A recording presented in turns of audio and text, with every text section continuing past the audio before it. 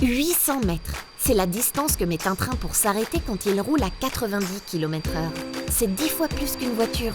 Quand on sait que les trains roulent en moyenne à 160 km/h, une collision entre un train et une voiture est mortelle une fois sur deux. Alors, quand on vous dit qu'un passage à niveau n'est pas un carrefour comme les autres, mais un passage à niveau n'est pas dangereux si on le traverse en respectant le code de la route et ça, que l'on soit en voiture, à pied ou en vélo.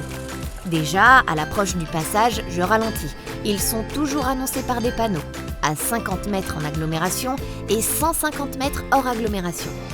Devant un passage à barrière, je m'arrête dès que les feux clignotent ou que le signal sonore retentit. Le code de la route accorde la priorité absolue au train. Et après le passage du train, j'attends que les barrières soient bien relevées pour redémarrer. Et s'il n'y a pas de barrière, je m'arrête au stop et vérifie qu'aucun train n'arrive. Parce qu'on vous rappelle encore qu'un train peut en cacher un autre. Et quand je suis prêt à le traverser, je m'assure que la voie est dégagée et que j'aurai le temps de passer. On vous a bien dit que le train était plus fort que vous. Enfin, une fois bien attentif derrière mon volant, à attendre le passage du train, patience, ça ne dure qu'une petite minute.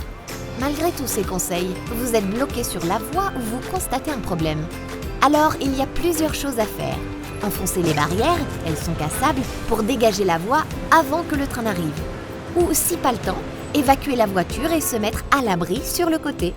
Dans tous les cas, le bon réflexe, c'est d'alerter la SNCF avec le téléphone à côté du passage à niveau.